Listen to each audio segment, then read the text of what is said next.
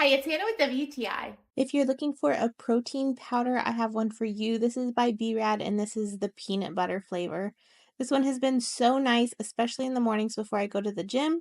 I make a cup of it. I drink half before and half after I leave the gym, and this has been perfect to give me the energy I need to go and the recovery I need afterwards without feeling stuffed. I've also added it to a couple smoothies for my kids, so they have a cocoa and peanut butter, and we add a little bit of this so they get a little extra protein and nutrients.